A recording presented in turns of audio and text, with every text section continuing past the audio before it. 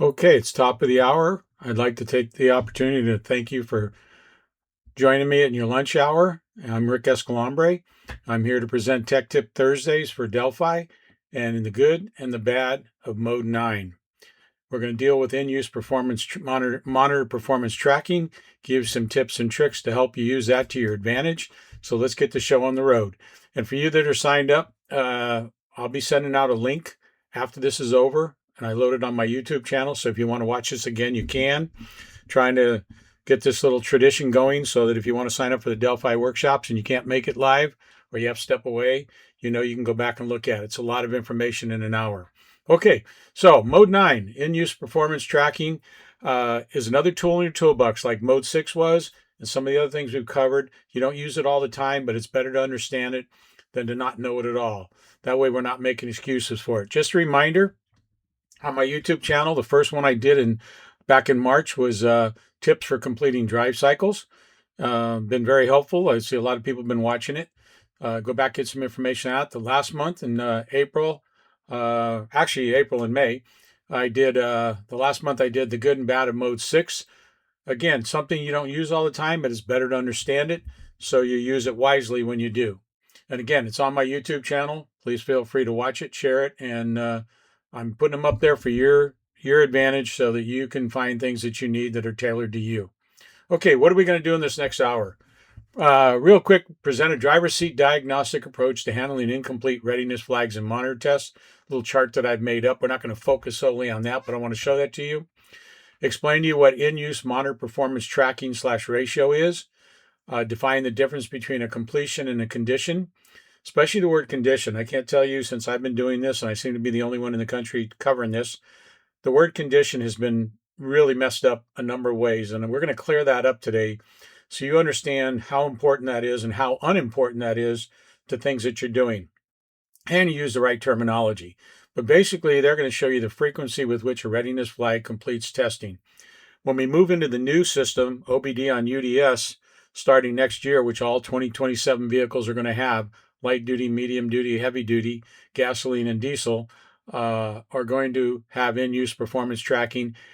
This foundation will be helpful to that because it's going to change under that system and it's going to be more widespread. And we'll do a webinar on that someday down the road. We're going to take a look at how the most important thing is how you as a technician can use this to your advantage. That's really what this is about. When I presented this to CARB and a couple other people I know related to that, CARB and other EPA, they were surprised that we had found a way to use this for the technician. But if you remember Mode 6, it was the same way. They never thought we'd use it. Used properly, this can help you identify some shortfalls when you're trying to run monitor tests. And lastly, we'll look at 3 case studies that are very important to what we're doing today and show you how this all comes together. Okay, just a reminder, I hear this all the time, I'm not in an emissions state. I don't need to do this. And my simple answer is, if you're repairing a check engine light, you are an emissions tech, because that check engine light is predicting that tailpipe emissions have exceeded 1.5 times the federal standard test procedure. So to do this, you are following the law, you are an emissions tech, and you're going to get that check engine light to go out. Okay, we're going to focus on the non-continuous tests that can only flip to complete once per trip once the enable criteria is met. As you can see here, the catalyst, the O2, air fuel sensors, heated oxygen sensor for the oxygen sensor and air fuel sensor, EGR, VVT, EVAP, and secondary air. And these categories are going to change when we move into the new OBD on UDS. So hopefully stay tuned for a workshop on that in the future. Just a reminder that these tests only run complete once per trip, but they might be run multiple times. They might be in an averaging mode. They might be failing and the PCM wants to be sure, so you might see the test run multiple times within the same trip, but it will only report a test result once per trip. Okay, this is a chart that I made up to help technicians, and we're not going to address this whole chart today.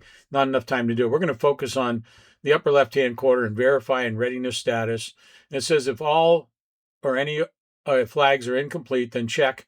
We're going to move to the right-hand column today, and we're going to focus on this little area right here. For all 2008 and newer vehicles with CAN, check Mode 9, in-use monitor performance tracking to see the frequency with which each readiness flag is running its test. We'll explain that as we go through this. The rest of this is a procedural chart that when you're trying to pinpoint issues, follow this chart, whether the mill's on, mill's off. If there's no changes, but mode 6 is changing, then something has been happening. And also remember that it could be an averaging mode and require multiple trips. Again, this could be another workshop in itself. For today, we want to focus on in-use monitor performance tracking. Very simply, this was designed by CARB as a quality control for the OEMs. If you're a smog tech especially, you probably remember the days where some of these vehicles were sitting around like Volvos and some of these other vehicles where there was no fix for running their monitor test. The unfortunate part was the manufacturers were no longer responsible because the vehicles were out of warranty. Now, with this in-use monitor performance tracking, they have the ability to hold the OEM accountable for the life of the vehicle. That means if they're not running their tests frequently enough and they catch it, they can go ahead and issue a recall, they reflash, whatever it might be, but they can do something about it now. So these vehicles aren't sitting wanting to be fixed, but there's no fix for them. And we'll show you that in a couple of case studies and how that's played out. My very first case study played right into that. Okay, for you personally, here's the difference. Before quoting a price to run and set a readiness flag or flags, the technician can quickly review Mode 6 and Global OBD2 to identify the frequency at which a particular readiness flag has run in the past. We never had that before. We'd have to search the internet. We'd have to look up vehicles of interest. We'd have to see who's had problems with these vehicles. Now we have the ability to, when done properly, and there's good and bad of this, I'll explain as we go along, to get an idea what its history might be. This information, when understood, can indicate the driving experience the vehicle has, and that alone might solve your answer right there. By just looking at the person, reading the person, talking to them, you may be able to solve the problem and the frequency with which they're running their tests just by knowing who they are, how they drive their car. Whether it's a stop-start system, where maybe the system's not running all the time. And you can also see if a reflash has been performed. We're going to go through all this. And I'll show you this as we go along. CARB set a minimum frequency of 10% to 50% for these tests to run. I'll explain that in more detail as we go along. But let's start with the meat of this. If you've ever gone into mode 9, you see the word completion. I want to simplify this as much as I can. This is the OEM enable criteria that you've been using since day one of OBD2, and it means that when it completes, it has run long enough, the OEM enable criteria long enough to determine that the system could fail. That's really what it's all about. Nothing more, nothing less. There's a disadvantage to that because it says right here we have 1675. The question becomes it says 1675. Does that provide enough information to help the technician? The answer should be no, because there's nothing to compare it to. You don't know how many opportunities it had, how many times it should have run. We're going to explain that in detail. To put it another way, would you bet all your money on the lotto using this number by itself? The answer should be no, because you have no way of knowing what your chance of winning is. So we need to add a second number to the formula. It's back to a fraction. A numerator is the top number. The denominator is the bottom number. We need to have a ratio. So CARB came up with a thing called conditions to give it a weighted average to help you understand how often, how frequently these tests have been running. So let's take a look at that.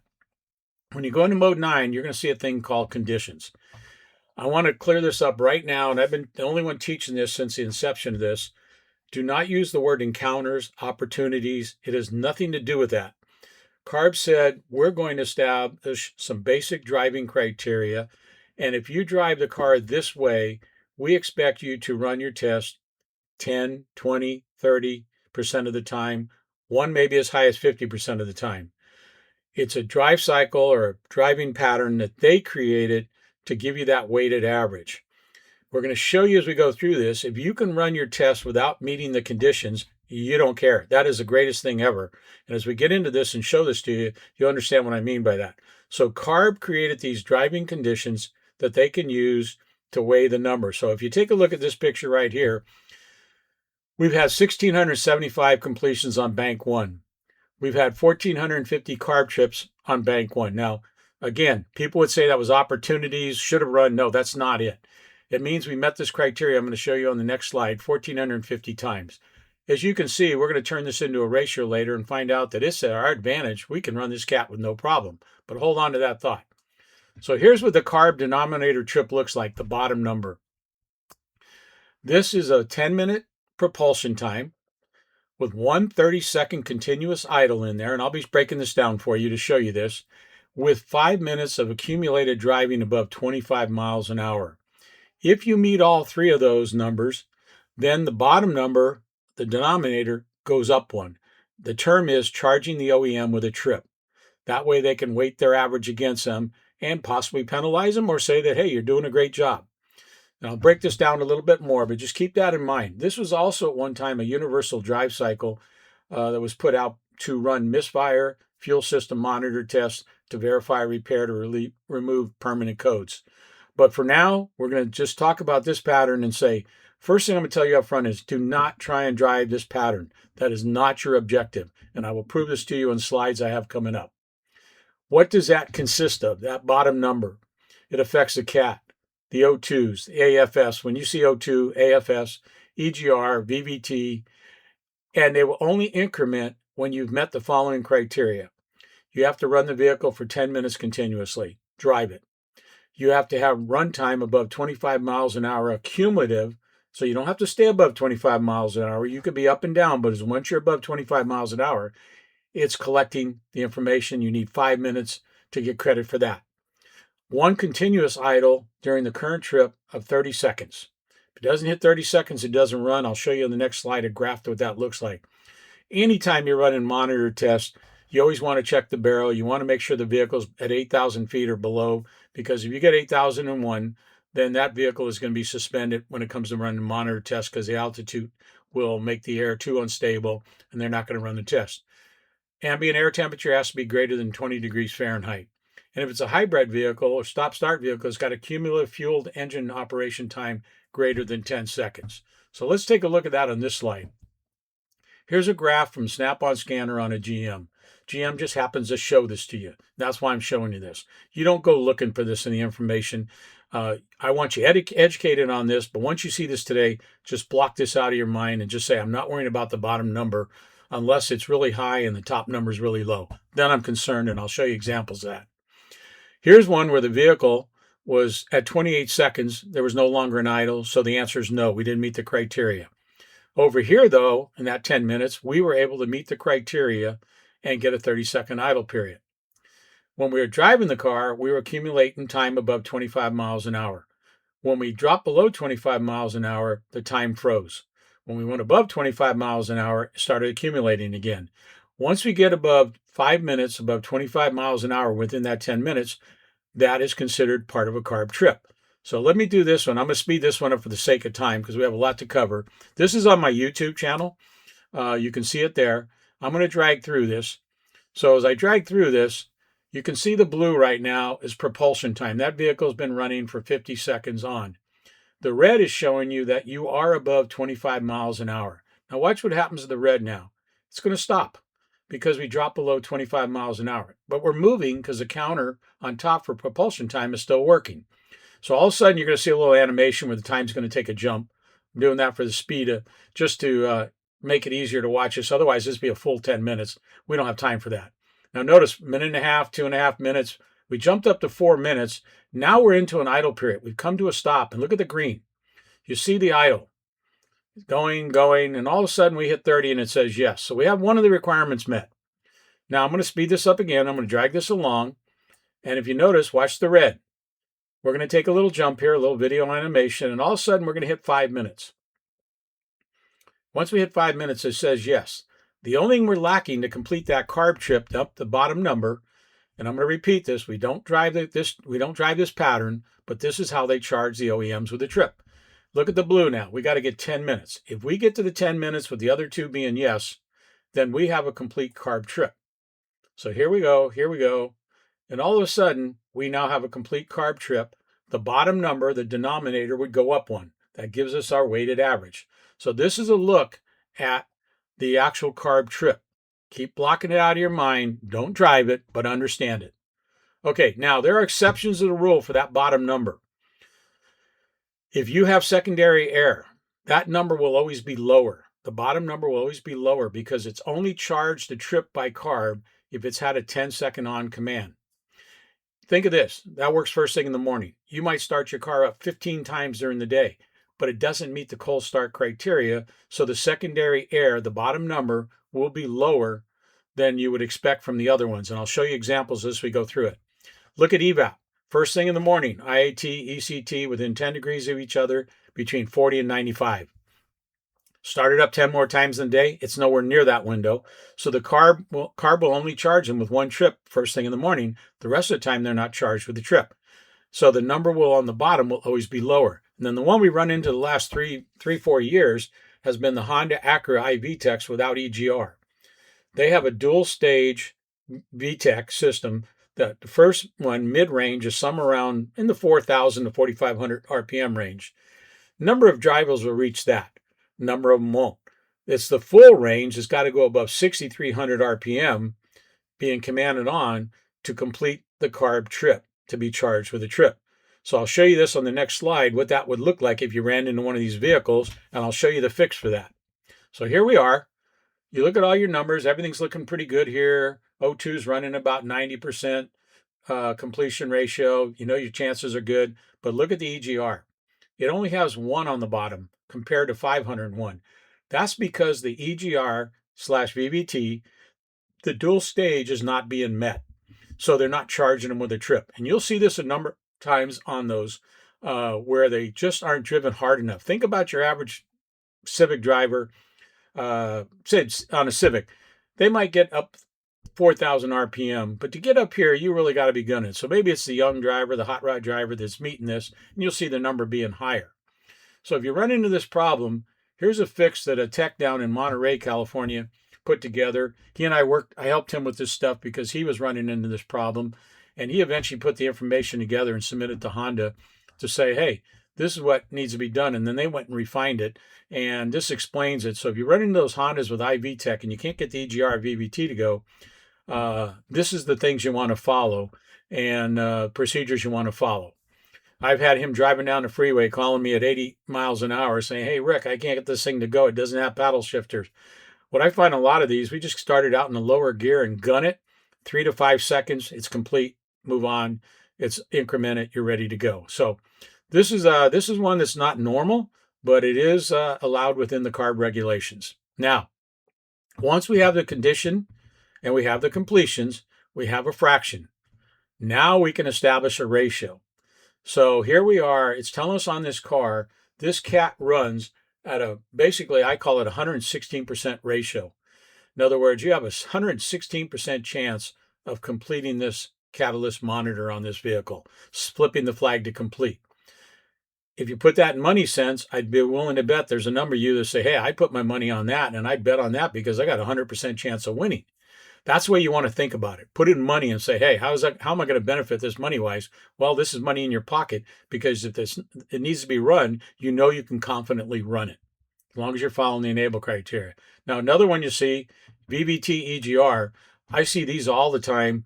Not all of them, but many of them in the 200% range. Easy to run. You won't see the EGR as many. In this case, this is VVT.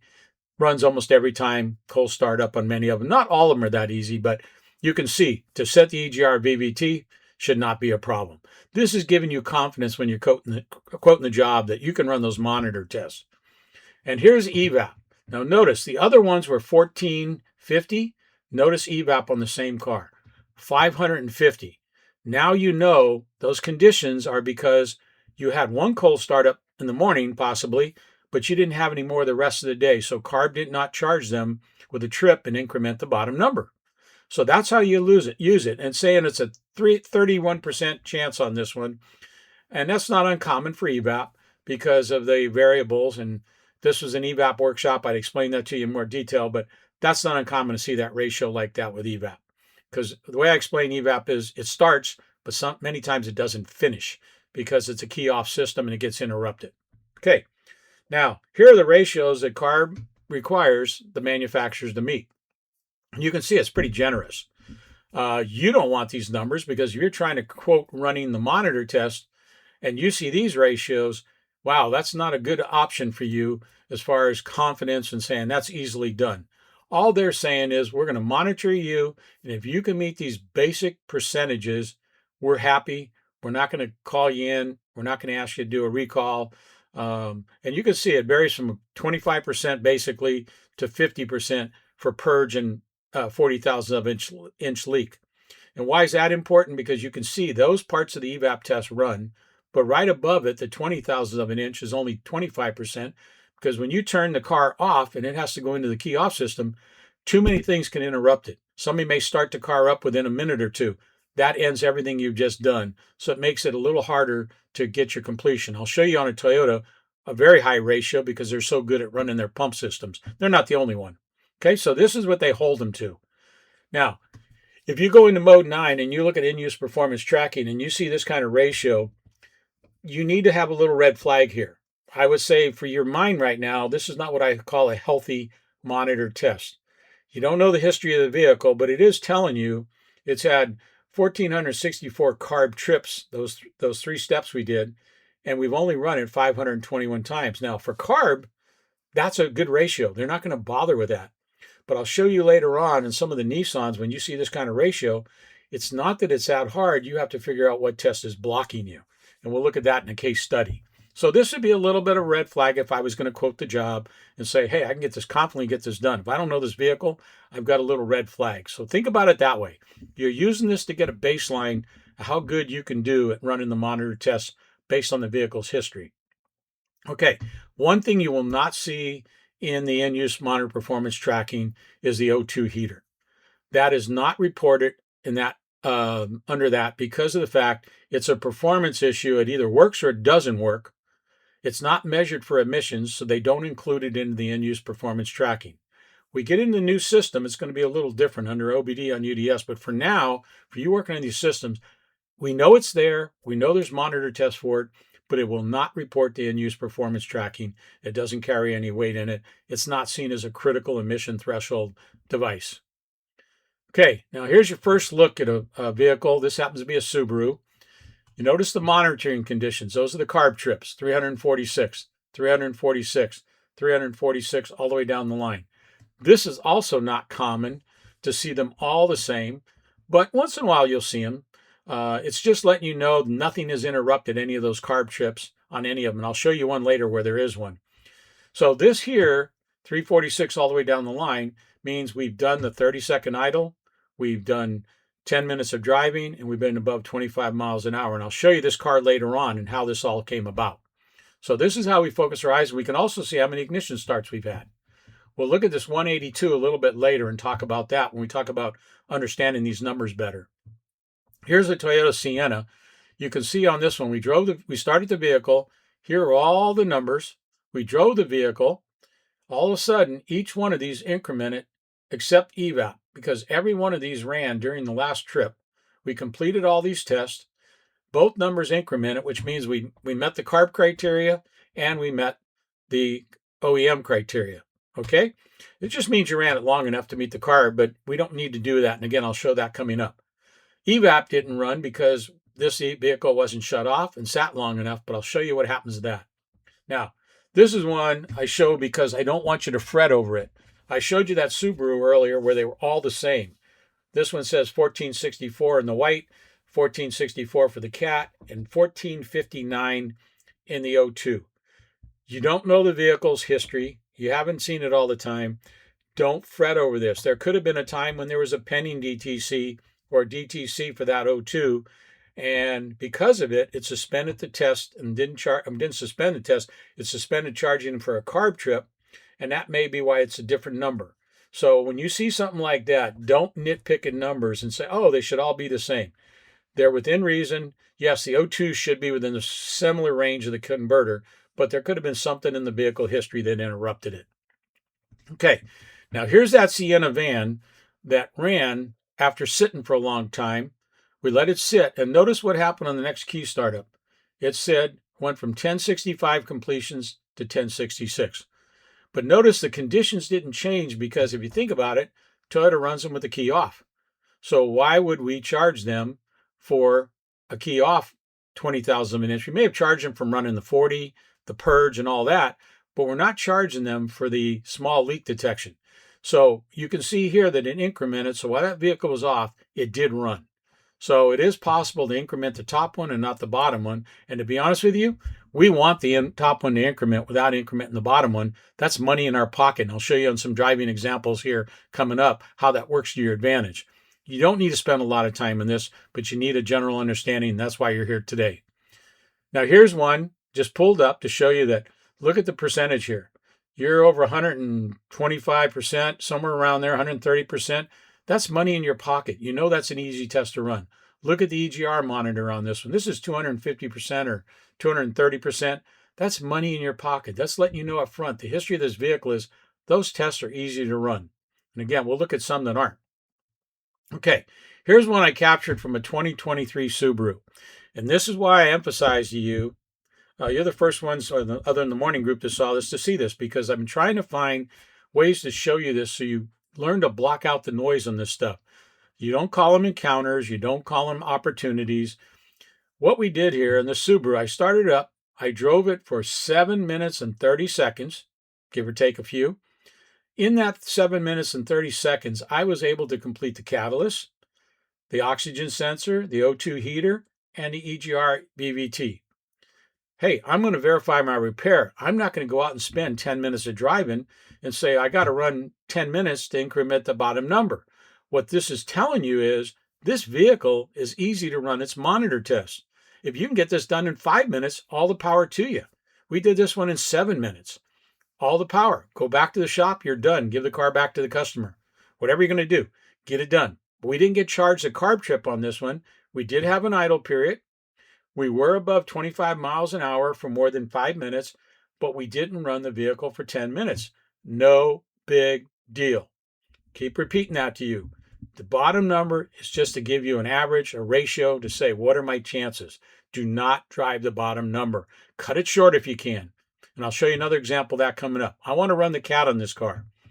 Well, when I run the cat, let me pause it for a second. The VVT kicks off in a matter of a minute or two. 3 minutes in this case. The oxygen sensor heat runs almost immediately at startup. But I want to run the cat. I need to run the cat. If you know what PID 41 is, that's this key cycle. Everything else is complete, but I want to run the cat this time because I need it to set. I want it to verify a repair. So watch how this goes. There's a number right here. 531 is going to switch to 532 when we get to the white. But notice that the bottom number, the denominator, the CARB trip, never is going to change. So let it run, get ready right about here, and you're going to see a change right when we get to the white. So we just completed the cat, and when I finish this up, look at how long we've driven this car. It took us 7 minutes and 51 seconds to do what we just did. I'm not going to keep driving for 10 minutes to complete the CARB trip. I don't want you to do that. You don't need to do that. The quicker you can accomplish this, the better off you are. And it's telling you that these tests are easy to run. Keep thinking it that way. Okay. Now this one here is the, let me go back a second. This is the 2022 Honda that was charged a CARB trip, and I'll show you why. But we didn't run all the monitor tests. So look at these here, 2713, 2713, and watch the VVT right here as we go through this video. Watch this one right about here. Coming up shortly. The VVT just ran, and we're going to run this thing for well over 10 minutes. But notice, watch what happens here at 10 minutes. Keep watching. At 10 minutes, you're going to see this number increase. That means we did the idle period, we did the cruise, and we did the 10 minutes. So we're going to charge them with a trip. Okay, but watch this when I stop it. Okay, whoops, sorry about that. When I stop it, sorry, when I try and speed these up for you, let me get back to that one. There we go. Let me get this one going again. I want to drag this through and show you. Right there, we charged them with trip, but I haven't done the right kind of driving to complete the O2 and the cat. So in this 10 minutes, all I accomplished was VVT and O2 heater. But remember, O2 heater is not on this list. If you know Hondas, they run almost immediately as soon as the key is turned on and run for up to 30 seconds. They're done. But the VVT ran. I got charged with the trip. VVT went up, but CAT and O2 didn't change because I didn't drive it correctly, even though I drove it long enough, so CARB charged me with a trip. So again, you got to read into the numbers. And we get done with this webinar, you're going to understand this even better. Go back and watch it when you're done. Okay, now here's a Sienna that I was not charged a trip. It was a hot restart. I took the vehicle out, I drove it, and when I got done, in 6 minutes, I was able to complete the CAT, the O2, the O2 heater, and the EGR in 6 minutes. Done. No CARB trip charged. There was a couple idle periods I met. I was well above 25 miles an hour for the time period, but I didn't run it for 10 minutes. Do not stay on the road to run it for 10 minutes.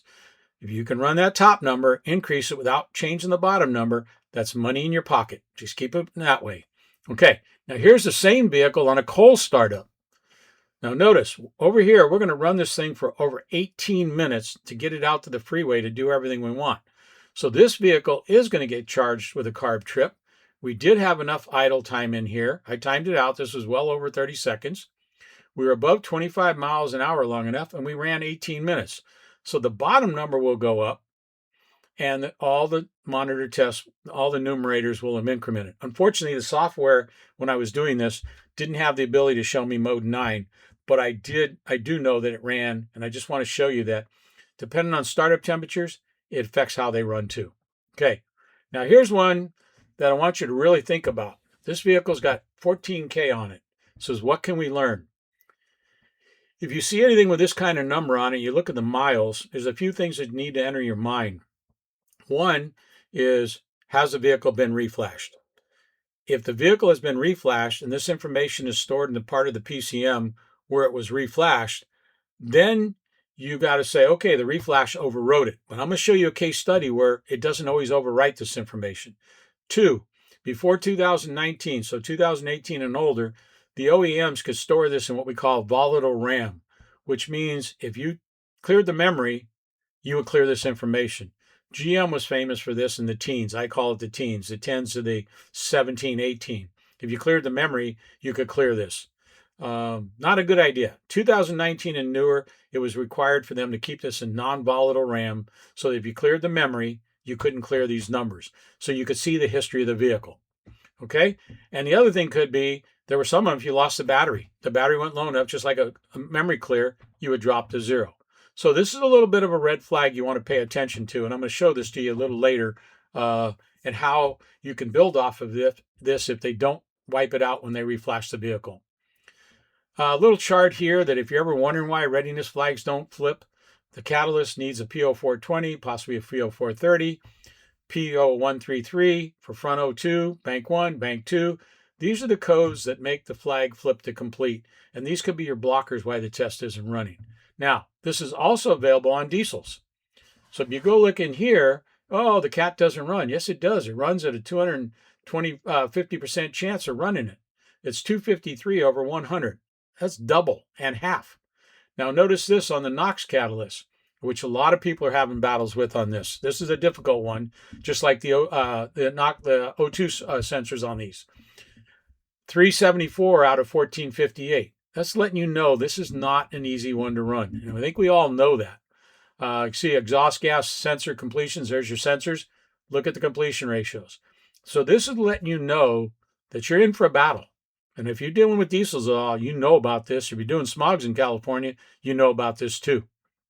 Okay, they also have codes relating to flipping the flags. If you ever look at a DTC and it says once per trip, that is the DTC that has to run to make the monitor flip to complete.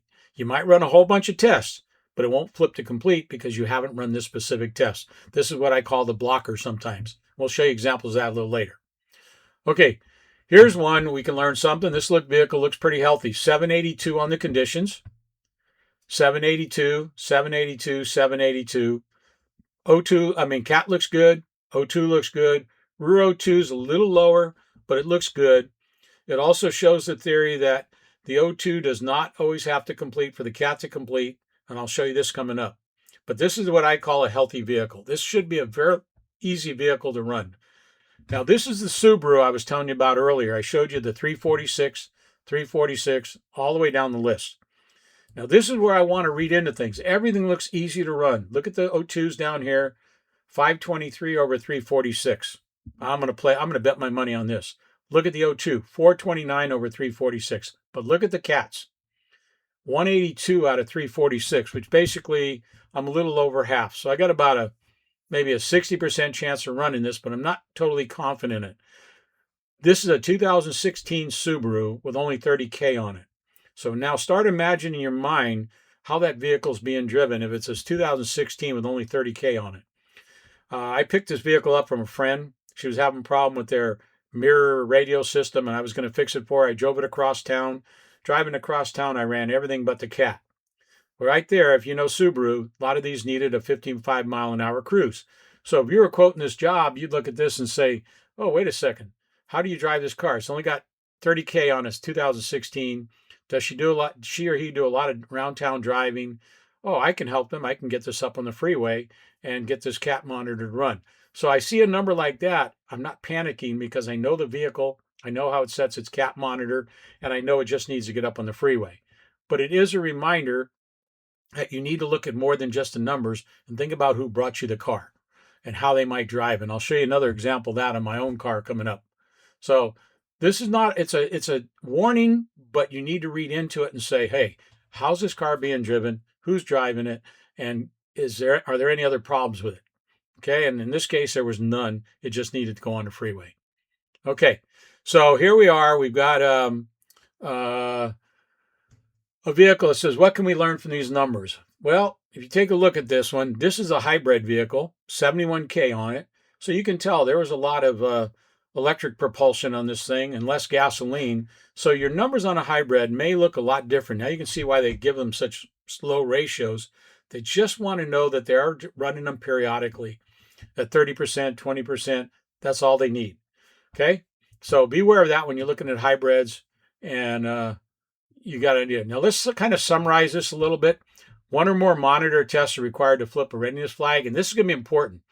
If I said you one or more monitor tests right now, you might be a little confused. If I said you one or more DTC tests are required to flip a flag, that's what we're going to be getting into under the new system. We're going to tie everything to a DTC, and every DTC is going to have an in-use performance tracking ratio, so you can look at the specific DTC number and see that that was your blocker.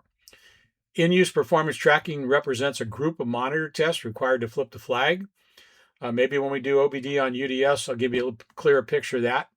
Scan through mode 6, looking for potential blockers. We kind of talked about that in the last class. We're going to talk about it a little bit on a Nissan coming up. CARB trip is used. Remember this, it's just used to give you an average. One number by itself doesn't tell you your chances. Two numbers together in a fraction gives you a percentage that might give you an idea what your chances are of being successful. And the one in the blue is really important. If you learn anything today, don't drive the vehicle to complete a CARB trip. Now, I did tell you that that CARB trip was also created to clear permanent DTCs related to misfire, fuel system, open circuits, shorted circuits, DTCs. That's when we use the trip the way it was designed. Just start it up, drive it idle 30 seconds, drive it for 5 minutes, and drive it for 10 minutes. That should clear some of the permanent DTCs. And then the last ones we talked about was the special criteria that could make them keep the lower number lower than the others because they're not being charged with a trip because of the type of conditions they have. Okay. When I look at this vehicle, you're getting your first vehicle here. You come up to it, and there's a question mark. And what I'd say to you, ask yourself, is this what I call a healthy vehicle? CAT looks good. O2s are very suspect that they're very low. EGR, VVT look great. And secondary O2s look great. So our hangup seems to be the front one. So if I can't get this Kia/Hyundai along the same lines in this vintage, I've got to focus on my O2s here. It's either driving condition, which typically with Hyundais and Kias they are, or I need to make sure there aren't TSBs for this and find out what else there could be in the enable criteria that I'm missing. But it also shows you, and I want to point this out for you, some of you have not been with me before.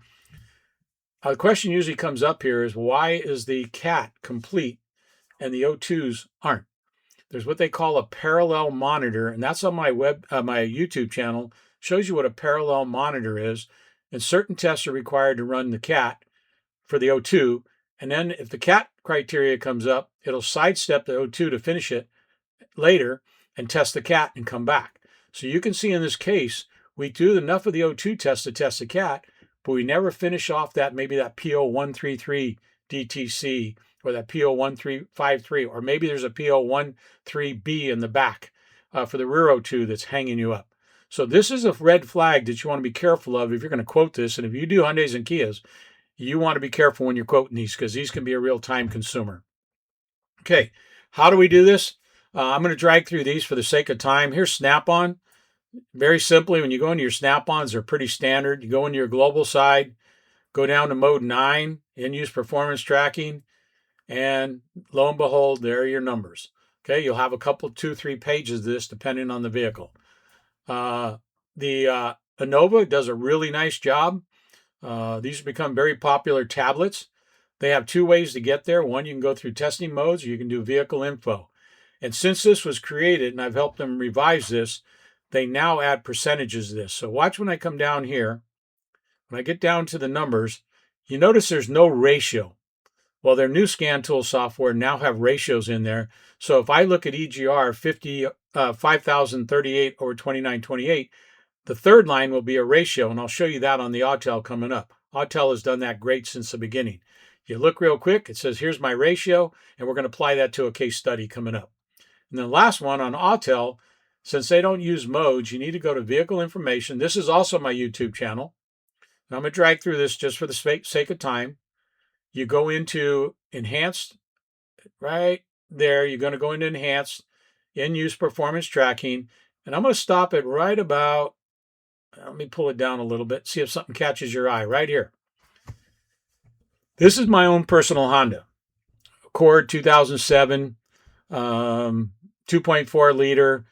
Look at the ratio. It's right there telling me that I got a 27% chance of running this CAT. If you're familiar with Hondas, you're wondering, whoa, what's going on with that? Well, I want you to think about this. If you were questioning me, you'd say, hey, Mr. Rick, you're pretty old. Yeah, I'm 75. How do you drive this car? It's my third car. I use it to drive my grandkids to school and around town. You say, oh, okay, then it's just a driving issue here. It's not a CAT issue. This vehicle's only driven around town. If you know Hondas, you know where that CAT's being run. This particular model with the reflash has got to be at 60, 65 miles an hour to run the CAT. There's nothing wrong with the vehicle. So when you're looking at ratios, read into it. Look at who's driving the car. Look at the mileage on it. Look at TSBs. Well, again, we're going to apply this coming up shortly. Next slide, we're going to start getting into case studies. But I love what Autel has done. I've gotten Innova to put the ratios in there. Another tool I use, SilverScan, uses the ratios. It's a quick thing. It's right there. You got documentation, and it's showing you your chances are 27%. But this is not something I want to freak out over because I want to know about who's driving the car. Okay, so getting into case studies. This was my very first case study when it came to Mode 9. Former student of mine has a shop down in Redwood City, California, 45, 50 miles from my house. Calls me periodically on this stuff. It says, hey, Rick, I got a 2013 Maserati Turismo with only 30K on it. I'm preparing it for smog for the dealer, and the secondary air is incomplete. And I hadn't seen this yet. And I said, well, Vic, do me a favor. Take your phone, take a picture of Mode 9 on the in-use performance tracking for the secondary air. Well, no quicker had he sent it to me. I looked at this and I said, Vic, stop right there. You got a 0% chance right now of completing that. There's something blocking it. Are there any TSBs? No. Have you talked to the dealer? Yes. They don't know what to do. I said, okay, have you been driving it? See, I drive it from Redwood City to Pacific about 35 miles each way. It's still not running. So sometimes you got to go in your brain and pull something out from memory. And I thought, where's this car produced? This car is produced in Europe. I remember we had a Cadillac Catera that had a weird pattern. And I said, hey, here's the pattern for the Cadillac Catera. That 1 to 2 right there required a 17-minute, listen carefully, a 17-minute idle in drive after startup to run the secondary air, the O2 heater, and part of evap. I said, do me a favor, Vic, take it home tomorrow, start it up, let it idle for 17 minutes. We'd only had a couple experiences with it. This was actually my first experience with this. I said, try this. So he calls me up the next day and says, you were wrong. I said, okay, well, we tried. He says, it went in 10 minutes. I said, you mean you completed in 10 minutes? He says, yes. So to make a long story short, sometimes you pull a rabbit out of the hat, look at something that's odd, and this is really odd, and then all of a sudden you have this condition. That vehicle now went back to the dealer to be sold because it had been smogged. But notice what I put in there. Problem solved temporarily. Because if that thing loses its battery, the memory is cleared, and they don't know about that procedure on this particular car, it's not going to work. It's not going to complete again. We've used it on Bentley. We used it on a Bentley and it did work. We tried on a Cadillac, it didn't work. We tried on some more Maseratis, it didn't work. So here's the long and short of it. First case, I call up Mike McCarthy at CARB, who wrote the regulations, and Mike, we got this vehicle, da-da-da-da-da-da. What do you think? He says, well, let me ask my guys to open a case on it. He says, but it's a low volume vehicle. I don't know what we're going to find. Well, guess what came out within a year and a half after we reported this? There's the fix for the secondary air. So if you want to see how in-use performance tracking was designed to be used, this is the end result. How we made it work was to look at this and say, we got a problem. Don't spin your wheels on this. Let's see what else we can figure out. We found a quick fix for two vehicles on this of the ones we checked it. Reported to CARB after it ran. They did enough research to find a fix for it. So that's how this in-use performance tracking is supposed to work. And I'll show you another case study at the end to finish this up that's really prevalent out there and you need to be very aware of because they're really common vehicles. The problem with this vehicle is try and find a Maserati dealer in the Bay Area, San Francisco Bay Area, to take this vehicle to get it reprogrammed. That's the hardest part they have right now. And some of the people in the aftermarket aren't reprogramming these.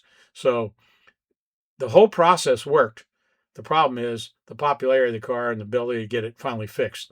Now, here's another one we had. My grandson's playing baseball. One of the moms, I'm talking to her. She knows I'm into auto.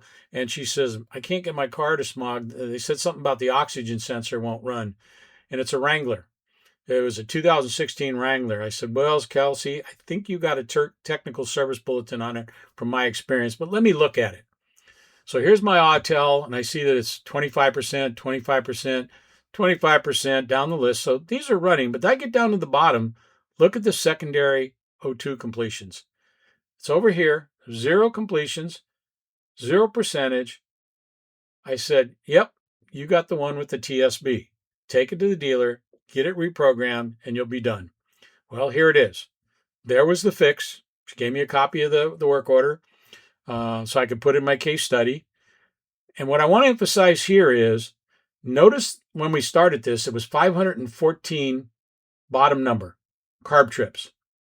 6 months later, it's a 752. This did not go back to 0. This did not wipe out the in-use performance tracking when it was reflashed. This information was not stored in that part of the calibration to wipe it out. So we built upon it, and you can see we've got 106 completions, and we're at 752, but in reality, we got 176 completions in a much smaller number. So I tracked it out. I wanted to see the percentage, how we were doing. And if you look down here, it says CARB trips are 752 minus the 514 before the reflash. So she's driven it 238 times since the reflash, and the ratio became 45%. She's completed it 106 times. So there's where TSB fixes it. I want to know how it worked so I could show you, and you can see TSB fixed it, but why? How does it work? Did it get erased? In this case, no, it did not get erased. We just added on to it. In other cases, it could get erased. Depends on where it's stored. Okay, next vehicle. Catalyst is complete. Take a look at that. O2's not. And I'm telling you, in 99% of the cases I see, and we're going to show you the 1% to finish this up in a little bit. When I see that, I know it's going to run. Probably have a driving problem. But the 1%, we're going to show you how you deal with that. So when I see something like that, I'm going to go ahead, I'm going to scour my mode 6. And I'm going to look for something that's out of line here. So I'm going to drag this fairly quickly. You can see this on my YouTube channel. I'm going to go through Autel here. Stay with me. Get into Autel. Keep scrolling, keep scrolling, keep scrolling. And all of a sudden, I'm going to get down to my secondary O2 and look at my ratio of my secondary O2. It's at basically 31%. That's my blocker. And on that first page that I showed you, this link on the video, that is a link to my YouTube channel. This is an issue with Nissans. I get people all the time, I can't get the four-cylinder Nissan to complete the O2. It's partly because the front O2s run at cruise, 55. The secondaries run part throttle, 35, 45, after it running at that speed and then decelling. So it's not a normal drive pattern, so the numbers look low. And you can watch it on the YouTube. I use the HP tuner to create it, and you can see the decels and how it runs. So if you're running any of these Nissans, go look at that video. And that video is this one. Let me go right here. This one right here is on my YouTube to show you how to run those Nissans. Okay? I'll take a look at mode 6, see what tests. I'm looking for the word delayed response for the rear, response rate for the front. That's what I'm looking for. So I took the vehicle, and I see that I've tested all my mode 6, and notice that all these tests have run and completed except this one. This one in the front. So I keep driving it, and all of a sudden, this one completes. But notice, I'm still not complete. So now I go check the rear ones. And I'm telling you right now, I want you to remember this on Nissans, because we're going to use this in the last case study. 02 is, okay, we're going to be looking for bank 1 sensor 2. That's 02 up here. So if you don't see the numbers, and I have the canned stuff on my website, bank 1 sensor 2. TID 82 is killing these Nissans right now, making it hard to run. This one was a driving problem. This one needed a deceleration like I told you. When I did it, look at what happened. There was my blocker. I had to find out what this TID was. And notice what happened to the O2. It now completed. Okay, so now let's put all this together in a common problem that's running rampant out there. And you should be very, very aware of this. For my people in California, you may not be aware of it yet because we don't smog them until 8 years out. This is a 2020 Infiniti, not just the Q60s, but the 3.5 liter engines. You name it, Muranos, Pathfinders, they're all having this issue. I have 15 case studies from around the country on this where I've helped techs, and they've shared information with me, following my instructions. And these are, I'm going to say to you, when they wind up at the dealer, most of the Nissan techs I know are good at running their monitor tests. This vehicle has been driven by 3 different techs over 900 miles. It's traded in, so they got it prepared for the smog, and the O2 is not complete. They've run all the factory tests. It works. He's taken my class. He's collecting this information. He's learning about it. He has the exact condition we just showed you. Test complete, O2 not complete. This is the 1% of the time that the O2 is not going to complete. It's a problem they have with the car, and we're hoping that CARB will do what we've asked them to do and research this. So here's what he sends me. 12 completions out of 738, 195 out of 742. No DTCs. Okay, so he's on tech line and everything. They're telling him, oh, throw O2s at it. And he's taking my classes. I don't want to throw O2s at it. I want to be sure. So he goes in and looks for that TID 82. And it says rear O2 delayed response, so needs a decel. They're doing that. It's not running. He scours mode 6, and notice this is run, but look at TID 82. Now, if you get this on a 4-cylinder, obviously that's just one bank. If you get it on a V8, make sure you look at 0682 and see if they're both at zeros, then you're probably not driving the car correctly. If bank 2 has something in it and bank 1 doesn't, your fix is going to be a new O2 sensor on the bank 1 sensor 2. That has fixed every one of them that we've dealt with. There's something in the software that's not reporting it as failed. It's not reporting as complete. And the way we're finding this out too is I have someone associated with in Indiana, runs the emissions program, helps run the emission program there, and he's fed me a bunch of case studies based on the information I've asked him. And they're seeing those 20s right now as 6-year inspections, and they're all having incomplete O2 sensors. All 15 of the cars we've helped people with have been bank 1 sensor 2s. He could have thrown all the sensors in it, but he never would have understood what was going on. For some reason, he puts another sensor in, it fixes it, but I don't buy the sensor, but I don't know what it is. I wish I had an answer for it. We've been sending all these case studies to CARB so that hopefully they're going to investigate this and see what's going on. The problem with in-use performance tracking is the longer your emission program is before you get your first inspection, the less data they have. Now, they do call bring vehicles in randomly and check them. But you're 8 years out, and you could have a vehicle with 150,000 miles on it. All this stuff has been missed. I'm letting you know that in this case, that O2 is not going to complete, even though the cat was done. All the other tests were done to test the cat, but the one to flip the flag was not running, and it was a rear one that's blocking it. Something in the software is preventing from doing, and I hope someday to do an update on this and say, hey, there's a reflash on this, but for right now, it's bank 1 sensor 2s on the V6. If it's a 4-banger, it's generally a driving condition like I showed you, and look at that YouTube video I gave you. So make a long story short to finish this up, he basically, here's what he said. After he put in, he didn't want to do a tech line set. He didn't want to throw rear O2s at it and just O2s at it in general. He looked at all the numbers and said, I'm confident it's bank 1 sensor 2.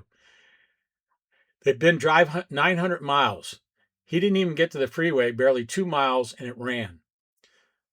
One of the reports I got out of Indiana is this vehicle had been driven for 3,000 miles until he contacted me. He's doing this now. He's seen these all the time, and they're fixing them. They're reporting them, sending them out to be fixed because they're inspection only. And the bottom line here was he just showed me that, one, how important this information could be. He was a dealer that had an aftermarket scanner that showed him this information, and he put it to use. He just didn't feel like throwing 2 O2s in it and walking away from it. He wanted to know that's what fixed it. Okay, so this is how you apply this. So in the use performance tracking, in summary, before we finish here, don't drive the bottom number. Only use the number to give yourself a weighted average to see what your chances are. But don't think because the ratio is out of whack that there's something necessarily wrong with the car. It could be a driving condition. There could be a TSB, and there's something is wrong with the car. So look at those things and weight it. It could be a start-stop vehicle. Look at the information I've given you, and that's why we're going to send you the link to go back and review this, and it'll be on the YouTube channel, because this is a lot of information in an hour, and I've condensed it down to get an hour. I've got other case studies I could show you. It's more information to talk about, but I don't want to overload you on this. This is good, solid information that if you respect it, and don't use the word, the bottom numbers, counters, opportunities. Forget all that crap. It's just something to give them an average to tell you what your chances are of winning the lotto. That's the best way I can explain it. Okay, and then finally, obviously you've been finding the registration for the Tech Tip Thursdays. And the last one is, if you need to get a hold of me, there's my Gmail and there's my website. If you haven't been there, it's all free. It's cookie free. It's being used by a lot of techs. The big problem with the website is adding content to it takes time, and I'm working on it. There is one page I want you to check out in there. It says new content added. It's like a TSB list. So if you've been in there, it shows you the newest things I've added to the website or the YouTube channel. My YouTube channel is not perfect. It's I don't rehearse these. It's a lot of time it's raw stuff, but it gets the point across. And I don't want to give you all the answers. I want you to read into it a little bit and understand the stuff. And if you don't understand it, feel free to reach out to me. So we're coming up on the hour. I appreciate, let me see, I don't think there's anything in the chat. I don't see anything in the chat. If you have any questions, please do not hesitate to follow up with me. For all of you in attendance today, I thank you for attending. You will get an email link from me with the video on my YouTube channel if you want to watch this again. And the other two that I showed you earlier, the tips for drive cycles, the Mode 6 and the Mode 9, are all on my YouTube channel for you to watch and use as you can, share. We want to get this information out there. Misinformation in the automotive industry can be a killer. Use Mode 6, Mode 9 as needed and understand it so you're not making excuses for it, but also do what I call read between the lines and understand what you could be missing and ask yourself some questions. Okay?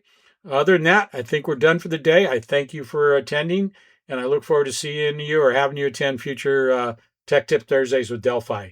Have a great day.